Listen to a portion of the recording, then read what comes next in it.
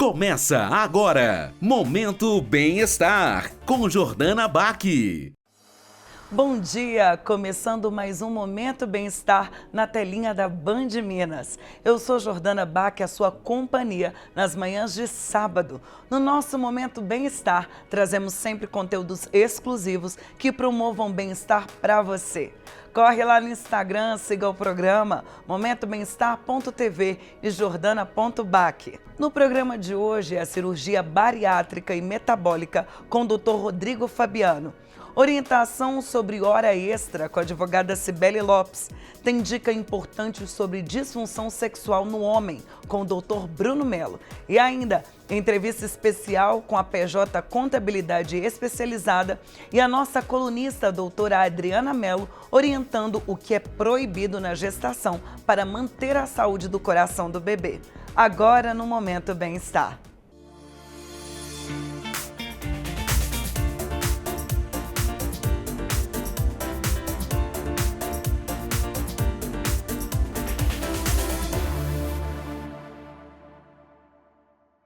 A cirurgia bariátrica e metabólica é um procedimento médico voltado para o tratamento de obesidade e de doenças metabólicas, como diabetes tipo 2. Além de promover a perda de peso significativa, ela melhora condições associadas, como hipertensão e apneia do sono. Existem diferentes técnicas cirúrgicas adaptadas às necessidades de cada paciente. Para compreender melhor, converso com o expert no assunto, Dr. Rodrigo Fabiano. Confira.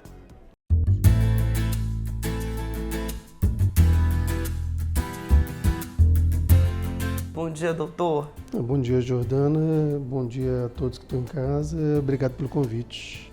Doutor, quais são os critérios mais importantes, para se determinar se um paciente é o candidato, digamos, ideal para essa cirurgia bariátrica e metabólica? Bom,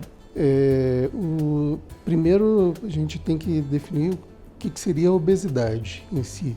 Então, hoje em dia se considera que o paciente obeso, na verdade, é aquele que tem um excesso de adiposidade, um excesso de acúmulo de gordura corporal, mas que estaria evoluindo com disfunção ou comprometimento de alguns órgãos. Considerando esse paciente, aí teria os grupos que teriam indicação de cirurgia bariátrica.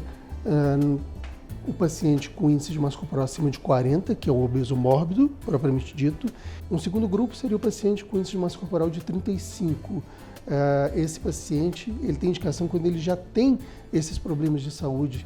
E aí vem uma lista de mais de 20 itens: hipertensão, diabetes, apneia do sono. Tem um grupo específico de pacientes, que seriam os pacientes com índice de massa corporal acima de 30, que aí, nesse caso, a gente opera os pacientes que teriam um diabetes mellitus de difícil controle clínico. Além da perda de peso, quais são os benefícios, digamos, metabólicos mais significativos na cirurgia? E há evidências, dessas melhorias, por exemplo, as condições do diabetes tipo 2, hipertensão, por exemplo? Sim. Aí a gente entra bem no critério, no conceito do que viria a ser a cirurgia metabólica.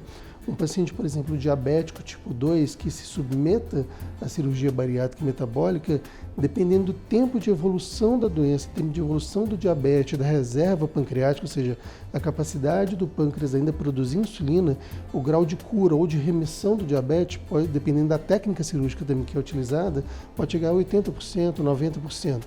Tem alguns estudos que mostram que, inclusive, pacientes que se submetem a cirurgias bariátricas e metabólicas têm uma diminuição da incidência de admissões em pronto-socorros por problemas cardiológicos a longo prazo. Uau! E como que é o acompanhamento, do pós-cirúrgico? Quais são aí os maiores desafios, enfrentados pelos pacientes em termos de adaptação desse novo estilo de vida? Bom, Jordana, é o seguinte, eu falo que às vezes o paciente ele pensa na cirurgia bariátrica em si, mas a gente tem que pensar de uma forma muito mais ampla, como um programa de tratamento bariátrico. O nutricionista, nesse ponto, ele vai ter uma função muito educacional. Ensinar o paciente como selecionar o alimento, o que comer, quando comer. Do ponto de vista psicológico, Eu falo que a cirurgia bariátrica ela vai ter uma alteração anatômica, hormonal, metabólica, mas ela não vai tratar o que está em torno do paciente, certo? Isso aí é uma coisa que o psicólogo vai trabalhar. Estatisticamente, em média, 15% dos pacientes que fazem cirurgia bariátrica podem ter reganho de peso a longo prazo. Muito desse reganho de peso, a maior parte das vezes, é comportamental. Não é por causa de falha metabólica nem de falha anatômica, é meramente comportamental. Doutor, muito obrigada pela entrevista, as informações extremamente pertinentes e precisas. E eu tenho uma novidade para você que nos assiste nessa manhã de sábado. O doutor Rodrigo Fabiano é o nosso novo colunista. Então você vai ter aqui no nosso programa encontros com ele, com informação bem importantes para a sua saúde. Qual que é a expectativa, doutor? É enorme. Agradeço o convite. É isso aí, ótimo sábado para você.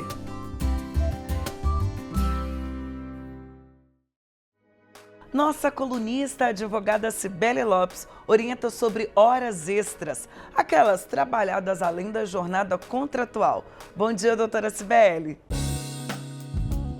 Bom dia, eu sou a doutora Cibele Lopes, advogada trabalhista. Hoje vamos conversar sobre horas extras, um tema extremamente abrangente e extenso. Em resumo, as horas extras são aquelas trabalhadas além da jornada contratual, que é de no máximo 8 horas por dia ou 44 horas por semana. Via de regra, o pagamento das horas extras deve ser superior ao valor da hora normal trabalhada. É importante mencionar que muitas das vezes as horas extras não são devidamente registradas no ponto, seja por atividades realizadas antes do registro ou após a sua saída. A ocorrência desse trabalho não registrado configura hora extras e a sua ocorrência pode ser comprovada por documentos e até mesmo por testemunha numa reclamação trabalhista. Espero ter te orientado no encontro de hoje e até a próxima aqui na Band.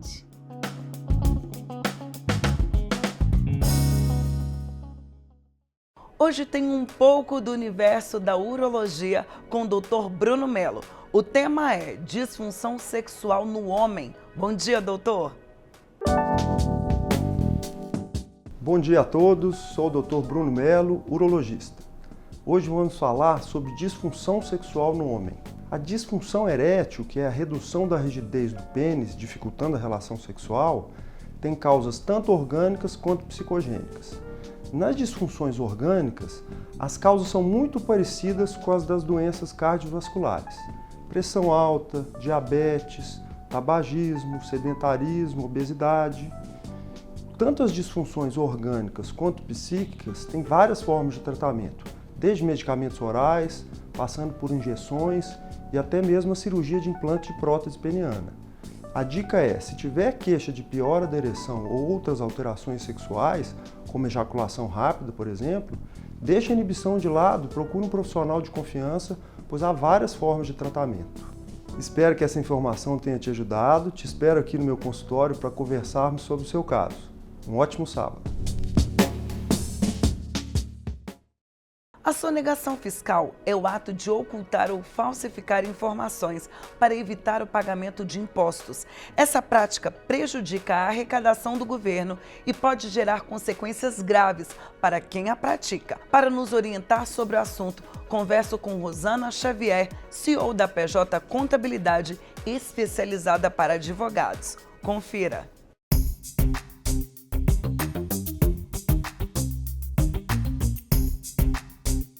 Olá, bom dia! Vamos falar sobre saúde contábil e financeira. E a minha entrevistada nessa manhã, ela que é expert no assunto aqui da Contabilidade PJ, que é uma contabilidade especializada principalmente para advogados. Eu estou falando da CEO, Rosana Xavier. Bom dia! Bom dia, Jordana. Bom dia, pessoal de casa. Agradeço muito a Band Minas pelo convite e é sempre um prazer estar com vocês. Rosana, quais as formas mais comuns de sonegação fiscal na advocacia? Olha, as principais formas de sonegação envolvem a omissão de receitas, as declarações e classificações de despesas falsas, a simulação de contrato e a utilização de laranjas. Os advogados eles têm que estar cientes aí da legislação, das alterações, para evitar a Receita Federal, a malha fina. Então, é importante também que eles contem com a ajuda de uma contabilidade especializada. E como que a Receita Federal ela descobre essa sonegação, Rosana? A Receita Federal ela descobre a sonegação principalmente através de cruzamento de dados. Os dados são cruzados, né, em relação aos bancos, cartórios, outros tipos de empresa e movimentações de uma forma geral. Então, eles utilizam da inteligência artificial principalmente para identificar movimentações suspeitas e, com isso, realizar as fiscalizações. O mais correto a ser feito é guardar os comprovantes, né, de transações bancárias e declarar todo e qualquer rendimento, né, para a Receita Federal. Rosana, após essa polêmica do Pix, como que ficam os limites do Pix para CPF e CNPJ após esse recuo do governo? Apesar do governo ter recuado em relação a essa restrição normativa de fiscalização do Pix, as fintechs, né, e os meios de pagamento, eles perdem a obrigatoriedade de informar as transações bancárias para a Receita Federal. Porém, a fiscalização continua, ela permanece acontecendo. Para a CPF, a Receita Federal continua fiscalizando toda e qualquer movimentação, né, acima de R$2.000, e para quem possui CNPJ, todas as movimentações acima de R$6.000 permanecem sendo fiscalizadas. Rosane, como uma contabilidade especializada, ela pode ajudar o advogado? Olha, uma coisa que é importante deixar claro é que a contabilidade ela não é uma ciência exata, apesar de todo mundo pensar isso, né? A contabilidade ela é uma ciência social aplicada. Então, todo e qualquer acontecimento na vida profissional, né, de um profissional na área jurídica, ele pode ser interpretado de diversas formas. E contando com a ajuda de um contador, você consegue, dentro da lei, interpretar essa movimentação bancária e garantir que você estará pagando a menor carga tributária possível. Então, além, né, de você garantir um regime tributário correto, além de você ter todo o suporte de um contador especializado na classificação das suas receitas e das suas despesas, né, e além de contar com um profissional como esse para que o seu escritório cresça com a inteligência, você também garante né, ficar em dia com a Receita Federal e fugir da malha fina, que é algo muito importante também, né, para que o seu escritório cresça de forma organizada. Rosana, muito obrigada pela entrevista, mas um recado especial para quem nos assiste. Olha, eu que agradeço a Band pelo convite e o recado que eu daria para o pessoal é que ficassem atentos realmente quanto à contratação de contadores especializados, que tomassem cuidado aí com contabilidades muito robotizadas, né? Contar com um contador pode fazer toda a diferença, principalmente no órgão que mais dói no corpo, que é o seu bolso.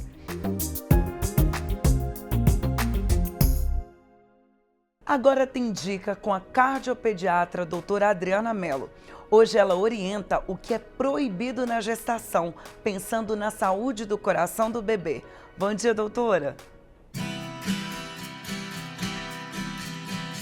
Bom dia, Jordana. Bom dia você que me assiste.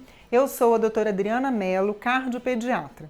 Você já se perguntou o que é proibido na gestação, pensando na saúde do coração do bebê? Anote aí essas dicas preciosas. Primeiro, álcool em qualquer quantidade. Em segundo, gente, a cafeína é um assunto controverso. Algumas sociedades de obstetrícia recomendam limitar o consumo a 200 mg por dia. Mas para vocês terem uma ideia, uma xícara de café coado já tem 140 mg. E a gente tem que lembrar que a cafeína não está presente só no café. Tem no chá, chocolate e alguns refrigerantes. Em terceiro lugar, eu diria o açúcar em excesso, pelo risco de diabetes. E em quarto, alguns alimentos ricos em polifenóis, que são antioxidantes naturais, mas que podem, no fim da gestação, principalmente aí após as 28 semanas, fechar um canal presente na circulação do feto, e isso seria prejudicial ao bebê. Uma alimentação natural e variada é o ideal para a gestante e para o seu bebê.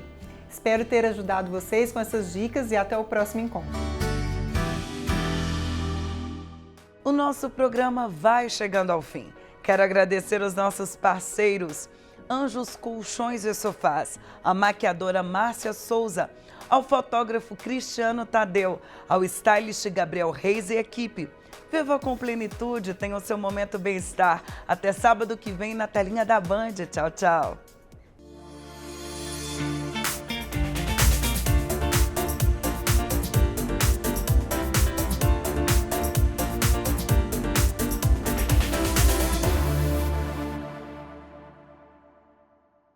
Momento Bem-Estar, com Jordana Bach.